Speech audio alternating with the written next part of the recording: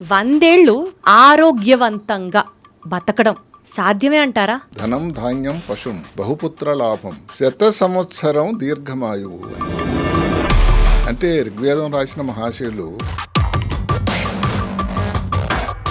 అంటే అనాదిగా ఈ సాంప్రదాయం భారతదేశంలో ఉంది. అంటే సార్ ఇప్పటిదాకా మీరు చెప్పిన ఈ స్టాటిస్టికల్ డేటా ఎప్పుడో జమానా లెక్కలా ఇప్పుడు లెక్కలా? ఈ మధ్య కాలంలో లేటెస్ట్ గా అప్పటికంటే ఇప్పటికి 100 ఏళ్ల కన్నా ఎక్కువ బతుకుతున్న వాళ్ళ సంఖ్య ఎక్కువైందని చెప్తున్నారు. తప్పకుండా చెప్పాలి. ఎందుకంటే మనకు ఇండిపెండెన్స్ వచ్చినప్పుడు లైఫ్ ఎక్స్పెక్టెన్సీ అంటే జీవన ప్రమాణం ఎంత ఉందంటే 40 సంవత్సరాలు. ఇప్పుడు సునాయాసంగా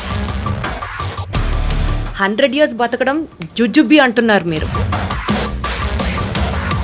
సో అది దానికి ఏమిటి అని మనం తర్వాత మాట్లాడదాం. మర్నామత్ అనేది అసలు తెగ వైరల్ అవుతుంది సోషల్ మీడియాలో, ట్రెండింగ్ నడుస్తున్న టాపిక్ అది. నిజానికి ఏమిటి డోంట్ డై అని ఆయన అమెరికా వ్యక్తి బ్రియాన్ జాన్సన్ ఈ రోజున అసలు ఏంటి సార్ అది? సంవత్సరానికి 2 మిలియన్లు అమెరికన్ డాలర్స్ ఖర్చు పెడుతున్నాడు ఆయన. రే కుర్వెల్ గారు ఈయన అది 2035 కదా మనిషికి మరణం ఉండదు అని ఒక మాట చెప్పాడు. అంటే కొన్ని నానో రోబోస్ అని వస్తున్నాయి. నానో రోబో అనేది చిన్న రోబో, వాటిని ఛేదించి మళ్ళీ తను వచ్చేస్తుంది. బ్రెయిన్ యాక్టివ్ ఉండాలా, బాడీ యాక్టివ్? బాడీ యాక్టివ్ ఉంటే బ్రెయిన్ యాక్టివ్ ఉంటుంది. అంటే కూర్చొని గేమ్ ఆడుకుంటున్నాం సెల్ ఫోన్ లో, అది మీరు అలవ్ చేస్తారా? చాలా చేయటం. ఒక నిద్ర అన్నిటికంటే ముఖ్యం. నిద్ర పెద్ద ఖర్చు ప్రీమియం అయిపోయింది. సరే అడగచ్చా మిమ్మల్ని? మాట్లాడడం చెప్పండి. మీరు మీ sense of purpose of life ఏంటి సార్? అదే నేను న్యూరో సర్జన్గా, ఎందుకంటే నేను ఏ రోజు డాక్టర్ అవుతాను అనుకున్నాను. చిన్నపిల్లలు పుట్టినప్పటి నుంచి 2 కాళ్ళు కదచ్చలేదు, బ్రెయిన్లో వాటర్ పెరిగింది, ఇలాంటి ఎన్నో అంశాలు ఉన్నాయి. హలో ఎవ్రీబడి, అందరికీ నమస్కారం. Welcome to deep talks with Deepti.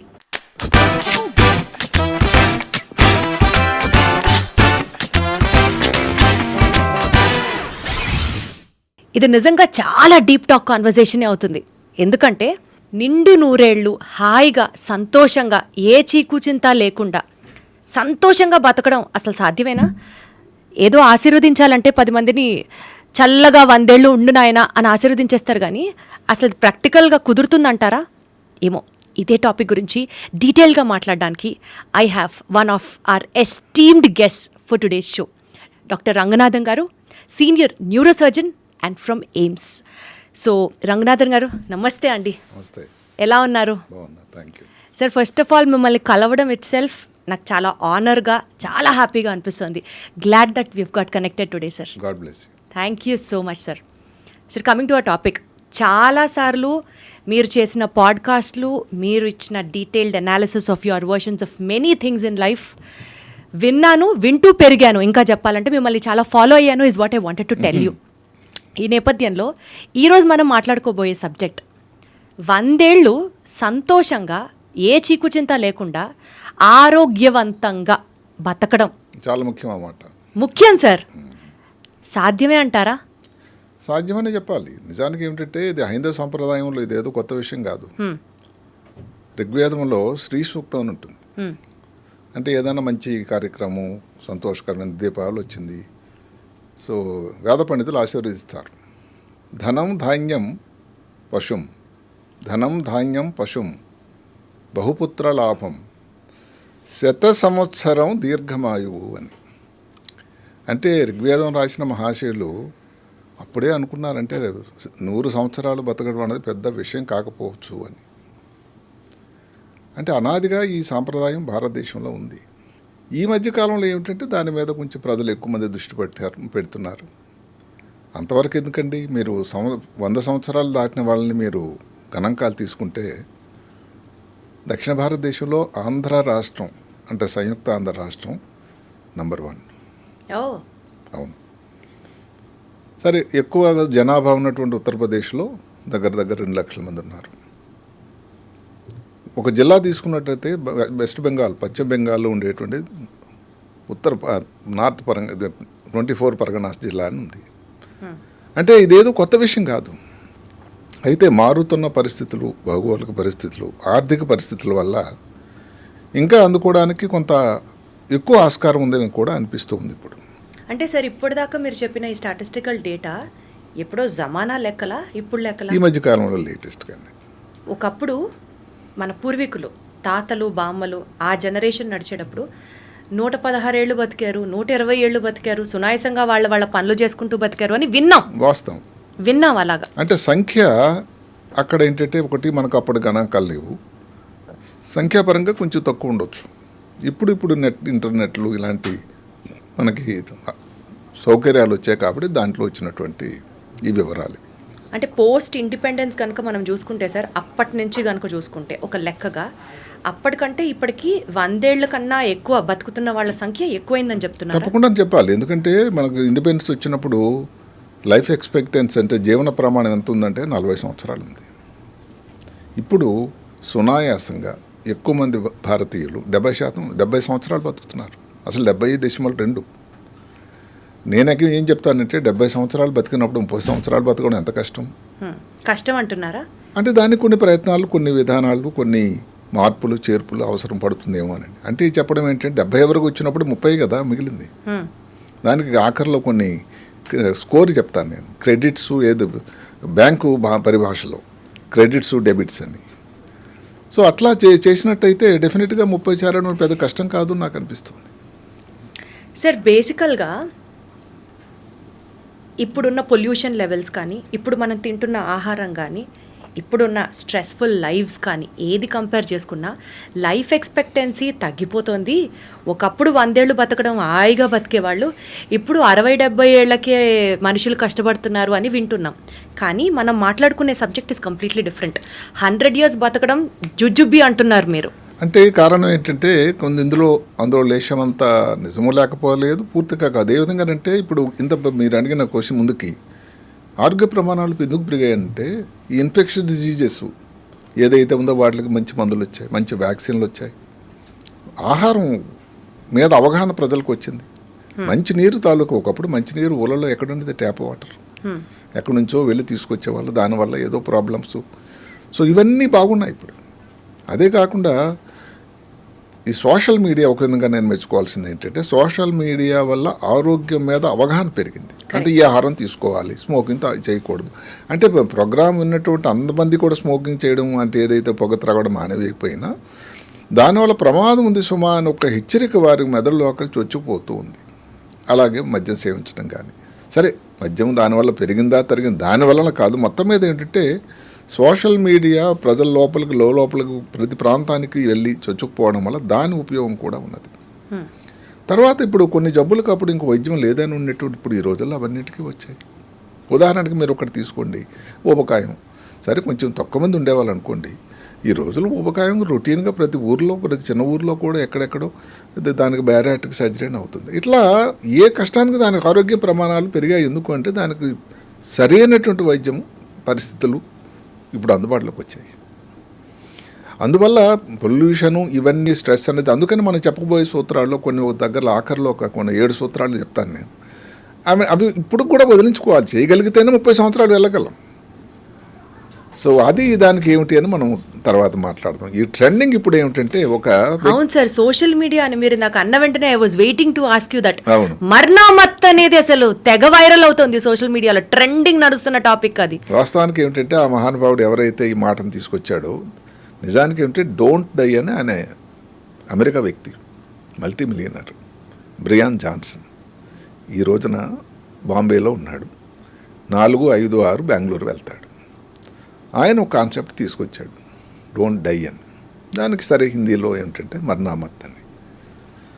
ఆయన మీరు నమ్ముతారా, అది బ్రయన్ జాన్సన్ గారు చేస్తున్నటువంటి విషయాలని మనం ఎంత ఆమ్ ఆద్మీ సోకాలు భారతదేశంలో చేయగలరా అన్నది కొంచెం మనం ఆలోచించాల్సిన విషయం. అసలు ఏంటి సార్ అది?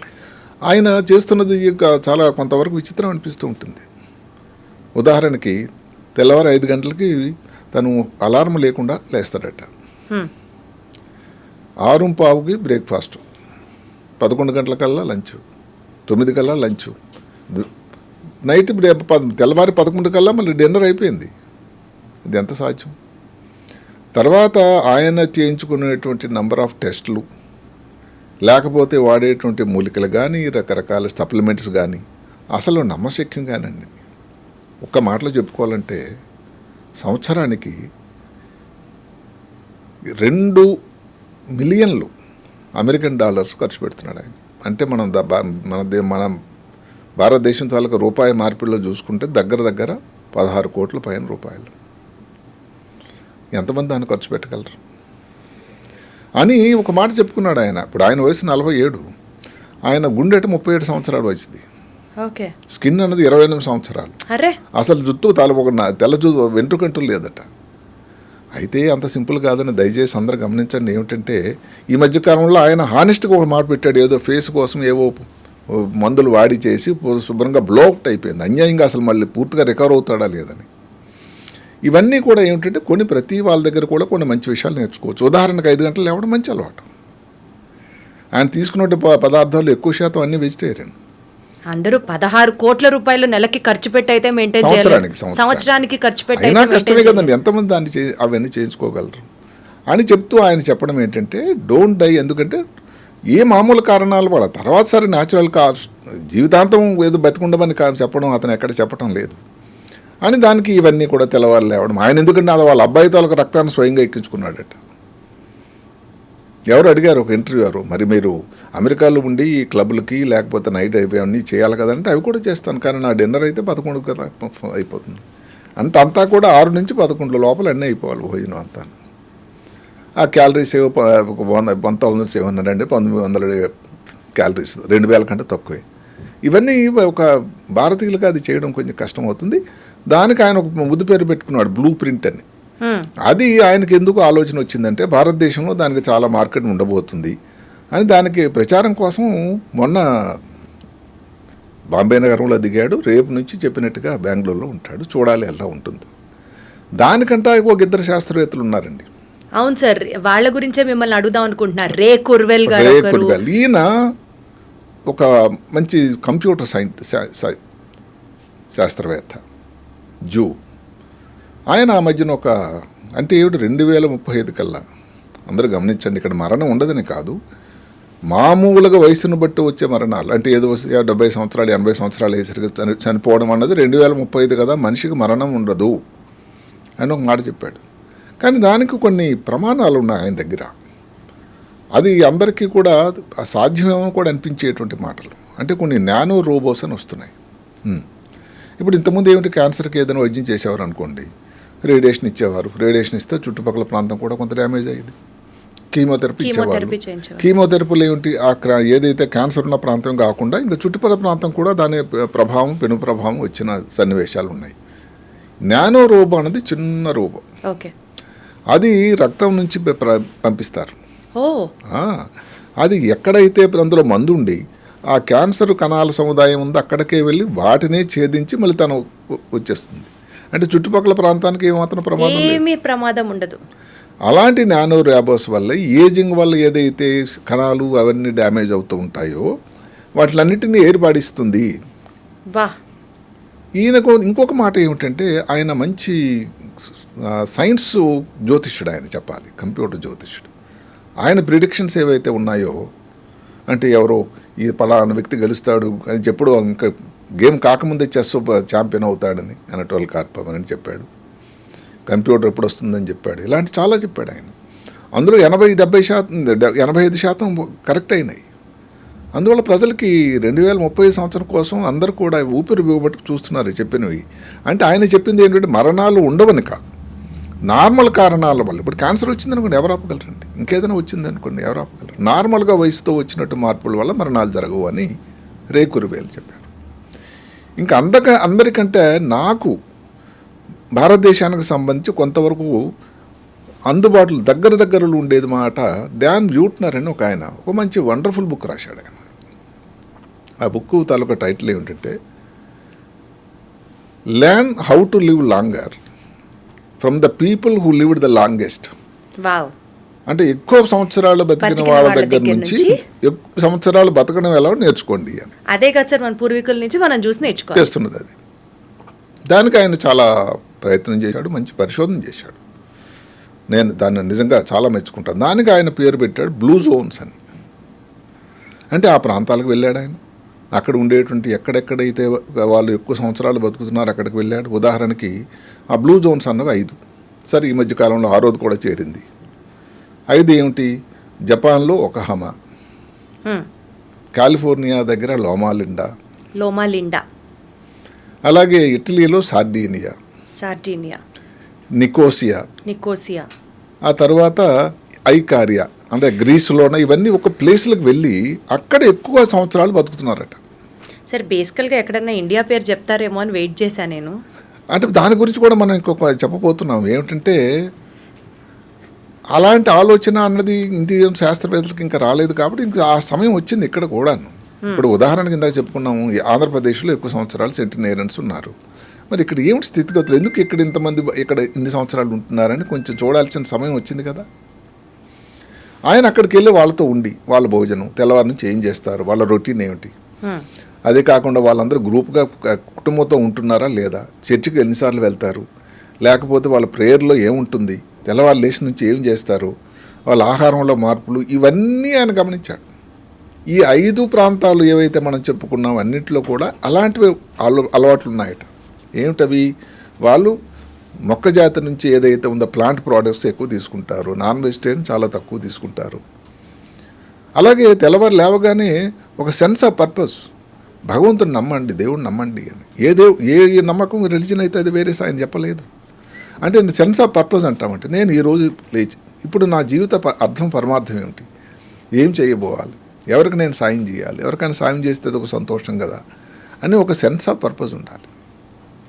మనం ఈ డెబిట్స్ క్రెడిట్స్ చెప్పుకున్నప్పుడు ఈ మాట కూడా ఉంది. అలాగే చాలా గట్టిగా నొక్కి ఒక్క అంశం చెప్పిన ఏమిటంటే 4 సార్లు కనీసం టెంపుల్కి వెళ్ళాలట. సో బేసికల్లీ డివోషనల్గా ఎక్కువ కనెక్షన్ ఉండాలి. అందరూ కలిసి భోజనం చేయటం, మనవలు మనవరాళ్ళు పెద్దవాళ్ళు, ఏదైతే పాతకాలంలో హైందవ సంప్రదాయంలో ఏదైతే ఉందో కంబైన్డ్ ఫ్యామిలీ కాన్సెప్ట్ మళ్ళీ ఆయన మాట్లాడాడు. సరే భోజనం చేస్తున్నప్పుడు 80% అన్నది పొట్ట ఖాళీ ఉండాలి, 80% నిండుగా ఉండాలి, పూర్తిగా భోజనం బాగుందని ఎక్కువ కొట్టేయకూడదు. మద్యం సేవించడం గురించి మాట్లాడి అమెరికా వ్యక్తి కాబట్టి మద్యం గురించి కూడా ఏదో వైన్ దానివల్ల ఎంత తాగాలి, ఇలాంటి కొన్ని అంటే అవి మనకి చేయగలమా లేదని తర్వాత మాట్లాడుకుందాం. మొత్తం మీద అలాగని చెప్పాడు. ఆ బ్లూ జోన్స్లో ఉన్నటువంటి వివరాలు ఇవి. సో అందులో కొన్ని విషయాలు మనం పట్టుకోవచ్చు. ఉదాహరణకి ఎక్కువగా వెజిటేరియన్ భోజనం చేయడం, ఫ్యామిలీతో కలిసి భోజనం చేయడం, దేవుడిని నమ్మడం, సెన్స్ ఆఫ్ పర్పస్, ఇంకోళ్ళ పక్క వాళ్ళకి, తోడి వాళ్ళకి, చుట్టాలకి, బంధువులకి ఎవరికైనా సాయం చేయడం, గ్రాటిట్యూడ్. భగవంతుడు ఏదైతే భగవంతుడి వల్ల ఈ రోజున ఈ మాత్రం నేను భోజనం చేయగలుగుతున్నాను, లేకపోతే ఆరోగ్యంగా ఉన్నాను, నా కుటుంబం బాగున్నారని ఈ గ్రాటిట్యూడ్ ఉండేటట్టయితే అన్నీ క్రైస్తవ సాంప్రదాయంలో అన్ని దగ్గర కూడా ఉన్నాయి. భోజనం చేసేటప్పుడు మేము హాస్టల్లో లైలకాజీలు ఉండేటప్పుడు ఏంటంటే భోజనం మొదలుపెట్టినప్పుడు ఒక ప్రేయర్ ఉండేది. అవన్నీ ఒక gratitude to the lord who has given something for us. 100% sir, మనిషికి ఇవి జరిగేవి. దానికి ఈ మధ్యకాలంలో సింగపూర్ అనే ఒక చిన్న దేశం ఉంటుంది, అది 6th బ్లూ జోన్గా వచ్చింది. ఓ వావ్, వండర్ఫుల్. అయితే మిగతా బ్లూ జోన్స్కి సింగపూర్కి ఏంటో తేడా చెప్పమంటారా? ఇది క్రియేటెడ్ సిటీ, ఆర్టిఫిషియల్ సిటీ. వాటిలాగా న్యాచురల్గా అవన్నీ కూడా సముద్ర తీర ప్రాంతంలో ఉన్నాయి, దూరంగాను. అంటే ఈ హసల్ బజల్ ఏదైతే మీరు అన్నారో పొల్యూషన్ ఇలాంటి దూరంగా ఉన్నారు. మరి ఇక్కడ కాదు కదా, అది చాలా అధికంగాను, చాలా ఇండస్ట్రియల్ కంట్రీ, చిన్న కంట్రీ అయినా కానీ పర్ఫెక్ట్ ప్లాన్తో నిర్మించుకున్నారు. చాలా డిసిప్లిన్ కంట్రీ. Correct sir. అసలు ఎవరు కూడా చూయింగ్ గమ్ అయితే దానికి కింద ఊసారంటే దానికి ఒక ఫైన్ ఉంటుందండి. Top medical universities in the world are in Singapore sir, అన్ని కంట్రీ. అయితే అక్కడ నుంచి కొన్ని మనం నేర్చుకోవాల్సింది ఏంటంటే 10 సంవత్సరాల క్రితం ఒక యావరేజ్ సింగపూర్ వ్యక్తి ఆయు ప్రమాణం 65 సంవత్సరాలు. ఇప్పుడు ఎంత సంవత్సరాలు ఉన్నాయి తెలుసా? 85. My God. ఎస్, 20 సంవత్సరాలు ఈ 10 ప్రాంతంలో పెరిగింది. Despite of being the most busiest place. దానికి కారణం ఒక 3 విషయాలు నాకు చాలా నచ్చాయి. ఒకటి ఏమిటంటే ఈ హౌసింగ్, అంటే గవర్నమెంట్ వారే ఏదైతే 2 బెడ్రూమ్ అని మన కాన్సెప్ట్ వచ్చిందో అక్కడ హౌసింగ్ అంటే హౌసింగ్ బోర్డ్ డెవలప్మెంట్ అని ఒక బోర్డు పెట్టి, అంటే అందరూ దగ్గర ఉండి, ఇప్పుడు గేటెడ్ కమ్యూనిటీ కాన్సెప్ట్ అండి, అక్కడే ఉండడం, కూర్చొని ఏదో ఎక్కడ సాయంకాలం కలుసుకోవడం, అక్కడే పార్కులో ఆడుకోవడం, కూర్చోవడం, ఏదో పాటలు పాడుకోవడం, భోజనాలు చేయడం, కలిసి భోజనం ఈరోజు మీ ఇంటి దగ్గర చేస్తే, దానివలన అందరికీ కలిసిమెలిసి ఉండడం వల్ల ఈ లోన్లీనెస్ ఉండదు అని. ఆ తర్వాత మనం చెప్పుకుంటాం, లోన్లీనెస్ అనేది ఏకాకే ఉండడం అన్నది అన్నిటికంటే పెద్ద డిజీజ్ అయిపోయింది. ఇప్పుడు ఒక పెద్ద ఎపిడమిక్, అంటువ్యాధి అయిపోయింది. అది ప్రివెంట్ చేయడానికి.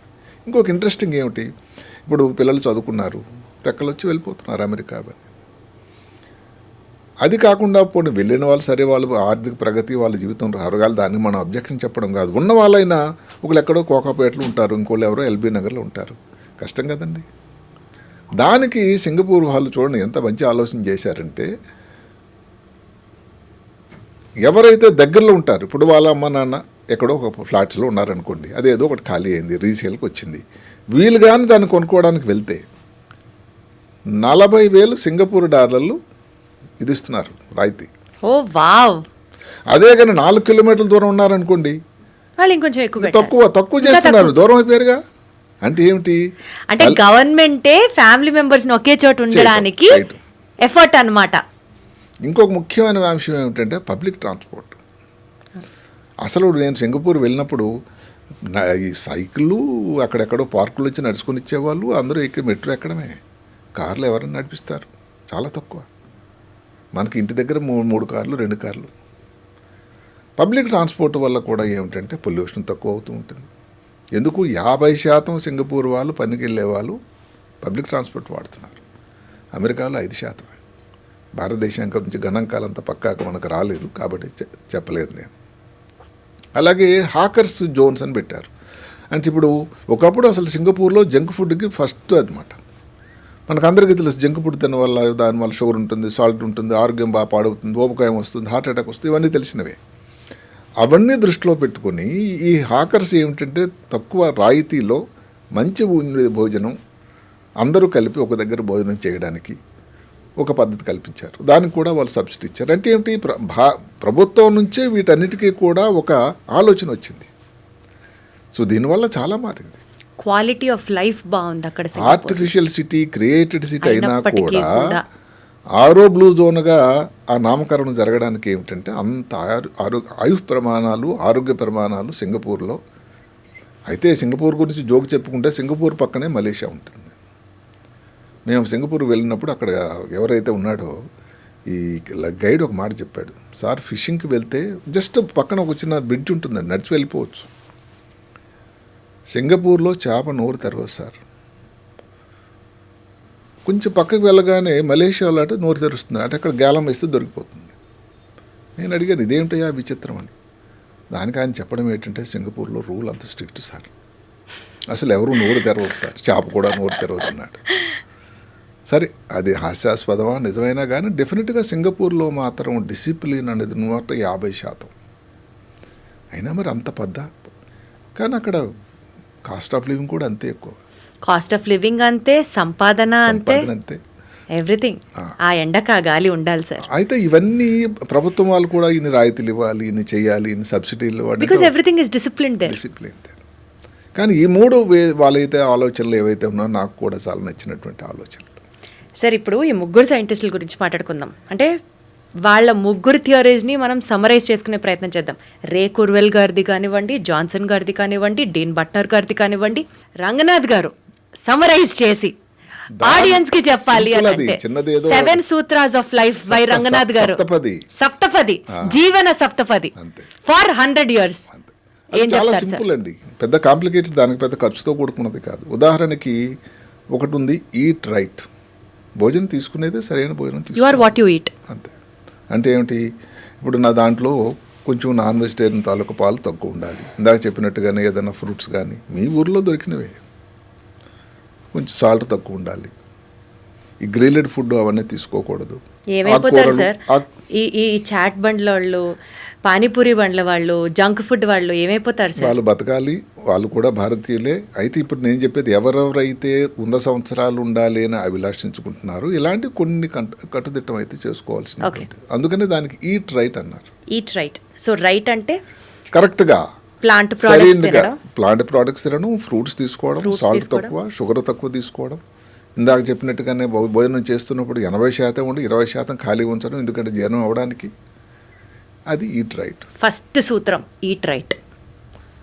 Keep your body right, take care of your body. ఉదాహరణకి వెయిట్ అండి, ఈ రోజుల్లో చాలా ప్రాబ్లం అయిపోయింది.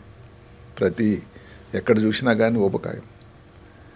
ఇందులో ఇంతవరకు నేను సర్జన్గా ఎవరికి కూడా నేనేదో దానికి అడ్వర్టైజ్మెంట్ చేయడం కాదు, కానీ ప్రజల్లో ఉన్నటువంటి భయం, ఆందోళన పోవాలి సర్జరీ గురించి. ఈ విషయం అదే చెప్తుంది. మాటకి ఇప్పుడు ఎవరైనా ఈ బ్యారియాట్రిక్ సర్జరీ, ఊబకాయం కోసం సర్జరీ చాలా విరివిగా జరుగుతున్నాయి. మీరు నమ్ముతారా? 10 సంవత్సరాలు ఎక్కువ అవుతుందట వాళ్ళ ఆయు ప్రమాణం. అద్భుతం. క్యాట్రాక్ట్ వచ్చిందనుకోండి 9 సంవత్సరాలు. క్యాట్రాక్ట్ అంటే ఏం సింపుల్, ఉదయం. ఇప్పుడు ఏంటిది అసలు? పొద్దున ఆపరేషన్ చేయించి సాయంత్రం డిశ్చార్జ్ అయిపోతారు సార్. Day care. కరెక్ట్. ఇప్పుడు హిప్ సర్జరీ వచ్చింది, హిప్ రీప్లేస్మెంట్ సర్జరీ వచ్చింది, రోబోస్ వచ్చాయి, 2 రోజులను నడిపిస్తున్నారు. ఓ అమ్మో, హిప్ సర్జరీ అంటే ఇంక జీవితాంతం బెడ్ మీద ఉంటామని ఒక ఆలోచన ఉండేది. సరైనది కాదండి. హైదరాబాద్ నగరంలోనే కనీసం 60 చోట్ల ఇంకా ఎక్కువ ఉన్నాయేమో రోబోస్ సౌకర్యం ఉంది. 2 రోజులు అయిపోతారు. 10 సంవత్సరాలు మీకు పెరుగుతుంది దానివల్ల. సెన్స్ ఆఫ్ పర్పస్ ఏదైతే మనం ఇందాక అనుకున్నామో, భగవంతుడు ఎందుకు నేను ఈ రోజు కూడా ఉన్నాను, ఎవరికి నేను సాయం చేయాలి, చేస్తే దానిలో సంతోషం ఏంటి, దానిలో నాకు ఆనందం ఏంటి, నా జీవిత పరమార్థం ఏంటి, దానికి అర్థం ఏమిటి, నువ్వే కల్పించావు తండ్రి అని చెప్పుకుంటే ఇంక 7 సంవత్సరాలు అవుతుందట. 4 సార్లు ఏదైతే టెంపుల్కి వెళ్ళి భగవంతుని దాన్ని అయ్యా అని. సార్ మనం 1 by 1 మాట్లాడుకుందాం. సెకండ్ మనం కీప్ యువర్ బాడీ రైట్ దగ్గర ఉన్నాం. So third theory will be exercise. అంటే యాక్టివ్గా కీప్ యువర్ బాడీ రైట్ అంటేనే మనం ఎక్సర్సైజ్ అంటే చేయాలని దానికి కదా నేను అర్థం. చెప్పిన ఏది ఆరోగ్యం ప్రాబ్లం వచ్చిందనుకోండి, ఉదాహరణకి పాలీఫార్మసీ, ఎక్కువ మందులు వేసుకోకూడదు, డాక్టర్ గారి తాలూకా పర్యవేక్షణలో ఉండాలి. ఇప్పుడు హిప్ ప్రాబ్లం వచ్చిందనుకోండి, దానికి వైద్యం ఆ డాక్టర్ గారు చెప్పినట్టు నీ జాయింట్ అనుకోండి, దానికి ఇన్ని సంవత్సరాలు ఎక్కడ లేదు, కానీ దానివల్ల డెఫినెట్గా మీకు ఏదో ఈ మిగతా ఊబకాయం రావడం, హార్ట్ అటాక్లు, బీపీలు ఇవన్నీ రాకుండా ఉండడానికి, ఆరోగ్యం పెరగడానికి అవకాశం ఉంది. ఇంకో మాట నేను అందులో మాటల్లో చెప్పకపోయాను. ఇందులో ఒక నెగిటివ్ మాట కూడా ఉంది. నెగిటివ్ పాయింట్స్ ఉన్నాయి. అంటే డెబిట్ అవుతుంది. ఏమిటది? ఇప్పుడు ఎవరికైనా డయాబెటీస్ చాలా ఎక్కువ ఉంది. Diabetes correct. కాలలో చిన్న గాయం అయిందంటే అది మానదు. అవును. అందువల్ల దానికి అలాగ డ్రెస్సింగ్ చేస్తూ ఇవి చేసి చివరికి కాలు తీసేటువంటి పరిస్థితి. ఆ డయాబెటిక్ ఫుట్ అంటారు దాన్ని. Correct sir. దానికి కానీ సరిగ్గా సత్వరణ వైద్యంగా చేయకపోతే ప్రాణాపాయం అది. అలా చేయకపోవడం వల్ల 15 సంవత్సరాలు నెగిటివ్ అయిపోతుందట. సో అన్నీ పాజిటివ్ మాటలే మనం చెప్పటం లేదు, అంటే ఇందులో కూడా ఉన్నాయి. ఇప్పుడు మీరు అడిగారు మూడోది ఏది యాక్టివ్, కీప్ యాక్టివ్. ఎక్సర్సైజ్ అనేది దగ్గర కీప్ యాక్టివ్. అసలు ఒక వయసు వచ్చిన తర్వాత ఏదో పని చేస్తూ ఉండాలని ఉదయం నుంచి సాయంకాలం వరకు. ఎక్కడ చేస్తారు సార్? అసలు పొద్దున్న సాయంత్రం వరకు ఏం చేస్తారు సార్? మనకి అన్ని రోబోలు వచ్చేసి, మెషిన్లు ఆ వచ్చేసి, మొబైల్లు, ఆ రోబోలు, దానివల్ల అయిపోయింది. నేను చెప్పేది ఏంటి, ఇంటి దగ్గర అనుకోండి, ఏవో పుస్తకాలు సర్దుతున్నారు, న్యూస్ పేపర్లు సర్దుతున్నారు అనుకోండి, 5 పేపర్లు ఉన్నాయి. ఇంతకుముందు 5 కలిపి ఒకసారి పెట్టేవాళ్ళు. మీరు 2 సార్లు 3 సార్లు దాన్ని విభజించండి. ఏదైనా ఫోనే వచ్చింది అనుకోండి, బోస్ గారే ఫోన్ చేశారు, నిలబడి మాట్లాడండి. ఏదైనా పని చేసినప్పుడు కొంచెం నిలబడి అటు తిరుగుతూ ఉండండి. అదే కాకుండా ఏదైనా కొత్త స్పోర్ట్ ఏదైనా నేర్చుకోండి. సార్ 60 ఏళ్లలో 70 ఏళ్లలో కూడా కొత్త స్పోర్ట్లు దానికే నేర్చుకుంటారా? ఇప్పుడు ఏదో దాని షటిల్ ఆడక్కర్లేదండి. ఏదైనా స్పోర్ట్ అంటే ఇప్పుడు మాటకి మీరు వాకింగ్ క్లబ్ అని ఉంది, లాఫింగ్ క్లబ్స్ ఉన్నాయి, అందులో మెంబర్స్గా చేరండి. సింపుల్గా ఏదైనా కొత్త విషయం ఇంకా నేర్చుకోండి. ఇలాంటివి చేస్తుంటే యాక్టివ్ ఉండాలి. దానిలో ఉన్నటువంటి బ్రెయిన్ యాక్టివ్ ఉండాలా, బాడీ యాక్టివ్? బాడీ యాక్టివ్ ఉంటే బ్రెయిన్ యాక్టివ్ ఉంటుంది. అంతే కదండి. అంటే కూర్చొని గేమ్ ఆడుకుంటున్నాం సెల్ ఫోన్లో, అది మీరు అలవ్ చేస్తారా? చాలా చేయటది. అందులో మొబైల్లో కూడా 2 రకాలు ఉన్నాయి, పాసివ్, యాక్టివ్ అని. పాసివ్ అంటే ఏమిటి అంటే మీరు ఇంకా అలా స్క్రోలింగ్ చేస్తూ ఉంటారు, స్క్రోలింగ్. దానివల్ల చాలా చేయటం. యాక్టివ్ స్క్రోలింగ్ అని అంటే మీరు ఏదైనా బ్లాగ్ రాశారు, అందులో మీరు ఏదైనా కొత్త వీడియో చేశారు, ఒక దానికోసం మీరు ఏదైనా ఆన్సర్ చేశారు, రీసెర్చ్ చేయడాలు. అది ఎప్పుడైతే మీ మెదడుకి సానబెడతారో, మెదడుకి మేత ఉంటుందో, దానిని యాక్టివ్ స్క్రోల్ అంటారు. అది చాలా ఉపయోగకరం. అది మనం గంటల కూడా తిట్టిపోయి అదే కదా. అందుకని నేను చెప్తున్నాను, ఏదైతే ఉందో మొబైల్ అనేది గొప్ప సాధనం, కానీ అది మించి దాటిపోయినట్టయితే వచ్చే ఇబ్బంది ఇది. Okay sir. So third point exercise, యాక్టివ్గా ఉండాలి. Got it sir. 4th Sutra of life. తర్వాత నాలుగోది ఏమిటి,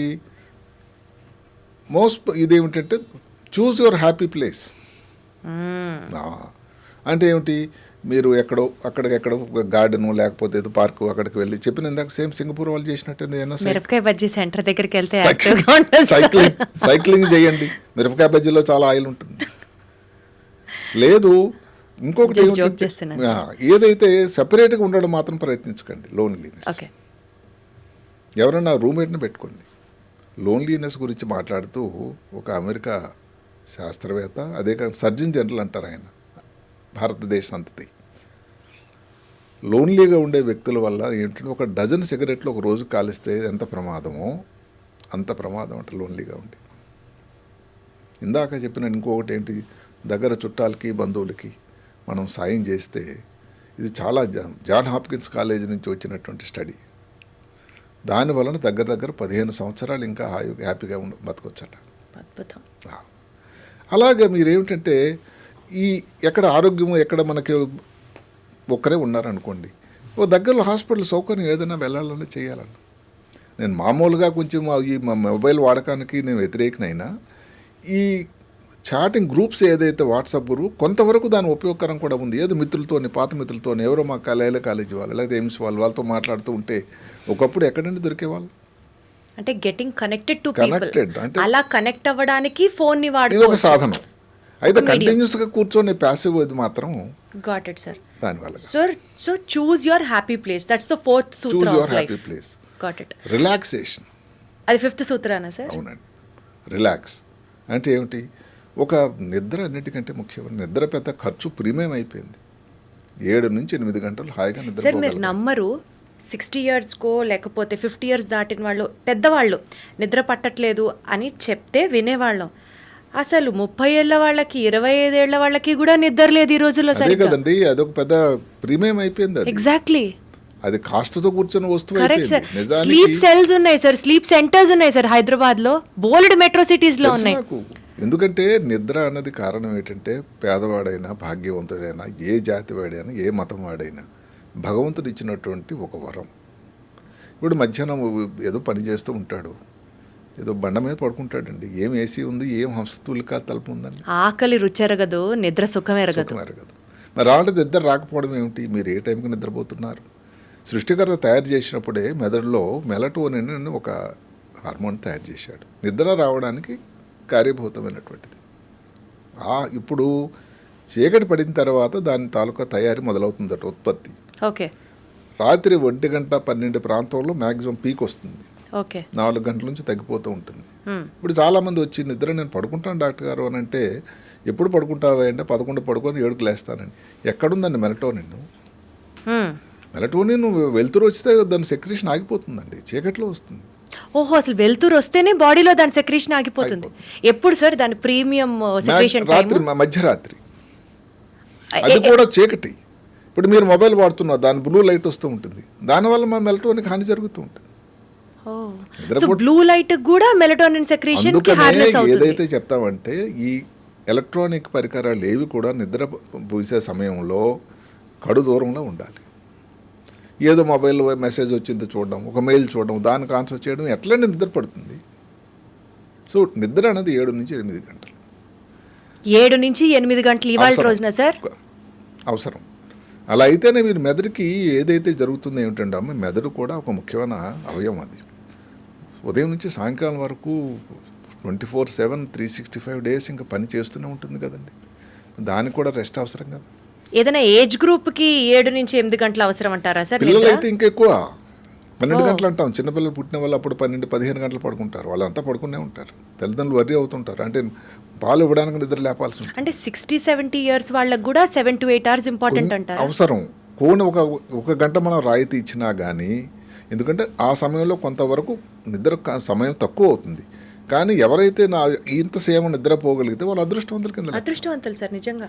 అదే కాకుండా ఆఫ్టర్నూన్ న్యాప్ అని ఉంటుందండి, మధ్యాహ్నం సియస్టా.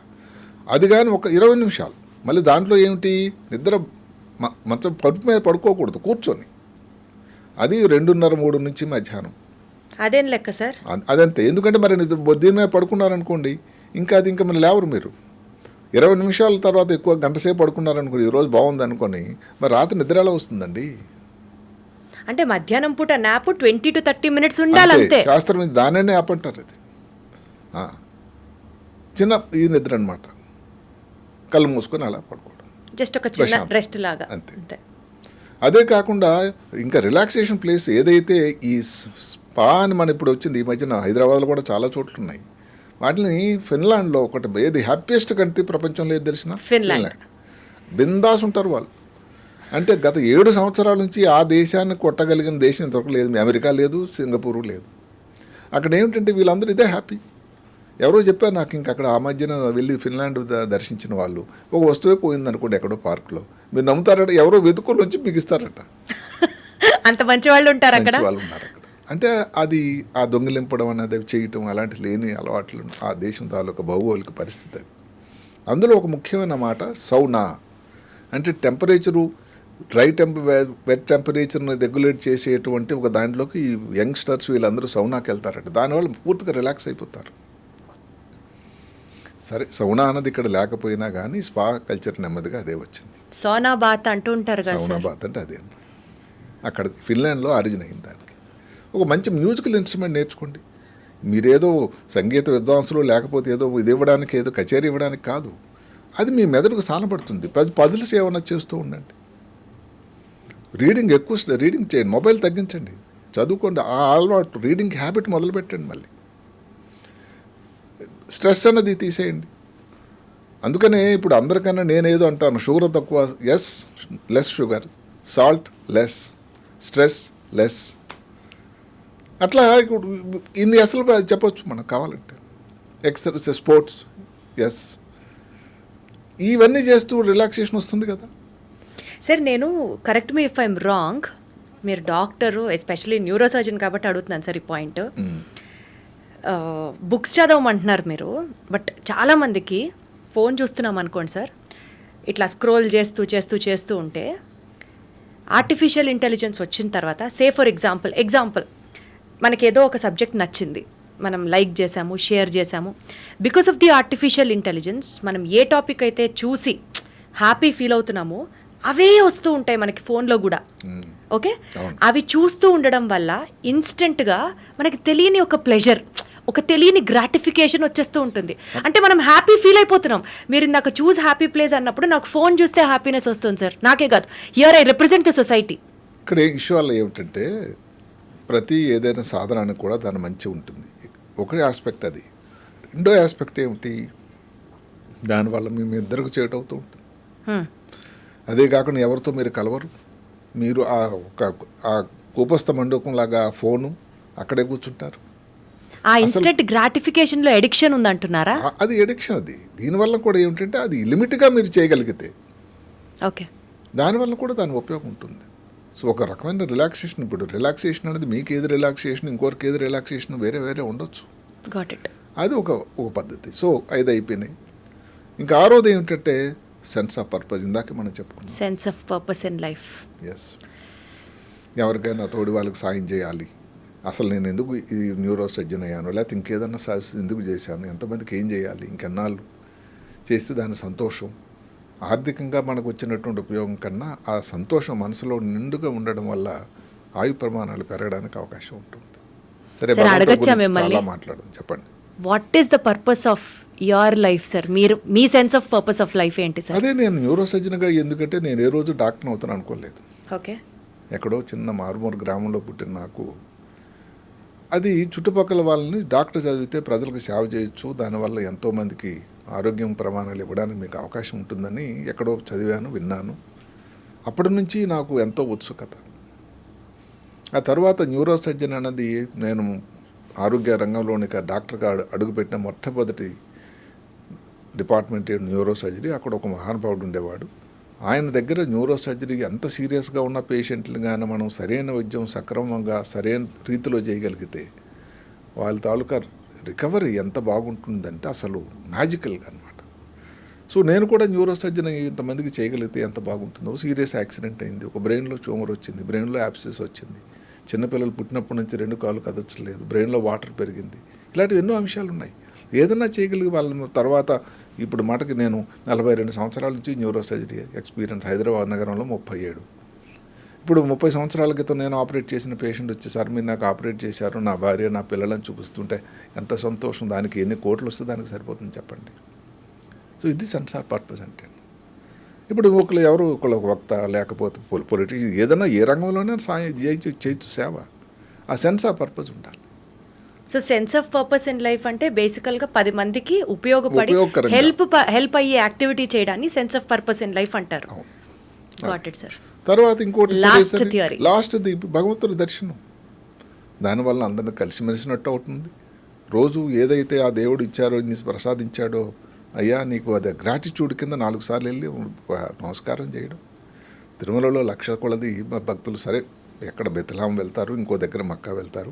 ఇంతమంది అన్న కష్టాలు కోర్చి లేకపోతే హజ్ యాత్ర మీరు చూస్తూ ఉంటే అంత వేడిలో అసలు మాడిపోతారని అనుకుంటే మరి ఇంతమంది భక్తులు ఆ నమ్మకంతో వెళ్తున్నారంటేనే ఆ పరమాత్మ ఎక్కడో ఉన్నాడు, దానివల్ల మంచి జరుగుతుంది మా కుటుంబానికి అనేటువంటి ఆ నమ్మకం.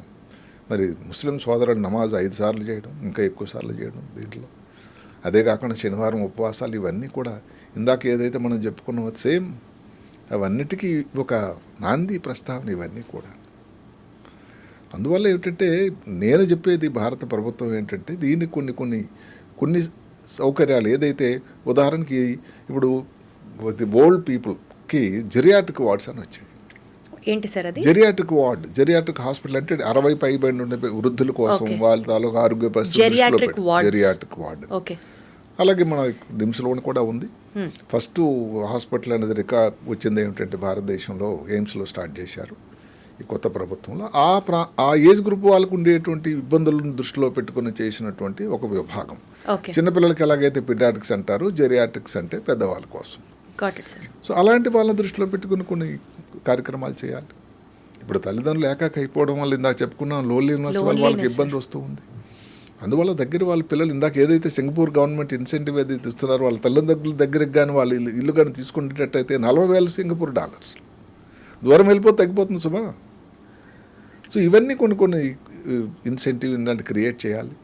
ఈ హౌసింగ్ ఏదైతే ఉందో అందరూ చుట్టుపక్కల సమాజంలో ఒక దగ్గర అంటే బై ఫోర్స్ అన్నా కానీ అందరూ ఒక దగ్గర ఉంటారు. లేకపోతే ఎక్కడో ఒక ఐసోలేటెడ్ ప్లేస్లో ఉంటే ఎప్పుడు కలుస్తారండి ఏకాగ్గానే ఉండడం. ఇలాంటివన్నీ కూడా ఆ ప్రాంతం నుంచి మనం నేర్చుకోవడం. ఇప్పుడు ఈ 5 బ్లూ జోన్స్లో కలిసి అందరూ భోజనం చేయడం, అందరూ కలిసి భోజనం చేస్తారు. ఇంట్లో డైనింగ్ టేబుల్ మీద కలిసి తినడానికి కుదరట్లేదు. అలాంటప్పుడు మరి ఇంకెక్కడ ఇప్పుడు అంటే మనం అనుకుంటాం కానీ సార్ ఇలాంటి చిన్న చిన్న acts of love and kindness between the family members కూడా లైఫ్ ఎక్స్పెక్టెన్సీని పెరగడానికి కారణాలు అవుతాయంటే నాకు ఆశ్చర్యంగా ఉంది. లేదు, ఇవి చిన్న విషయాలే అయితే ఏదో చిన్నది ఏదో బిందువులాగా సముద్రం అవుతుంది లాగా ఇవన్నీ కానీ ప్రాక్టీస్ చేయగలిగితే ఇవన్నీ సైన్స్ ప్రకారం ఆధారాలతో కూడినటువంటి విషయాలు కాబట్టి తీసిపడడానికైతే లేదు. ఎవరైతే దీనిని ఆ విధంగా చేయగలిగితే ఆచరించగలిగితే డెఫినెట్గా ఇందాక మనం చెప్పుకున్నట్టు ఉదాహరణకి బ్యారియాట్రిక్ సర్జరీ చేయించుకున్నారు అంటే మనం ఇప్పుడు డెబిట్స్ క్రెడిట్ స్కోర్ వేసుకుందాం సార్. అంటే ఏమిటి, బ్యారియాట్రిక్ సర్జరీ చేయించుకుంటే 9 సంవత్సరాలు 9-10 సంవత్సరాలు. క్యాటరాక్ట్ అందరూ భయపడతారు, క్యాటరాక్ట్ అమ్మో ఏమైనా కంట్లో పాడిపోతే. డెబిట్స్ మాట్లాడుకుంటే సార్ బేరియాట్రిక్ సర్జరీ గురించి దాంట్లో ఉన్న దాన్ని రిస్క్ అంటే మీరు చూస్ చేసుకున్నట్టు ఇప్పుడు ఒకప్పుడు బ్యారియాట్రిక్ సర్జరీ కన్నా ఇప్పుడు ఏమిటంటే అది చాలా విరివిగా సెటిల్ ఒక స్టాండర్డైజ్డ్ అయింది. కాంప్లికేషన్ చాలా తక్కువ. అంటే సర్జరీ అంటే ఏ కాంప్లికేషన్ లేనని కాదు. అయితే అక్కడ ఆ 5%, 3%, 2% గురించి మాట్లాడతారా, 95% ఉపయోగం గురించి మాట్లాడతారు. అలాగే బ్యారియాట్రిక్ సర్జరీ దానివల్ల మీకు గుండెపోటు రావడం కానీ, షుగర్ రావడం కానీ, బీపీ రావడం కానీ ఎంత తగ్గిపోతుంది. మీ ఆరోగ్యం పెరగకపోవడానికి ఏమవుతుందండి.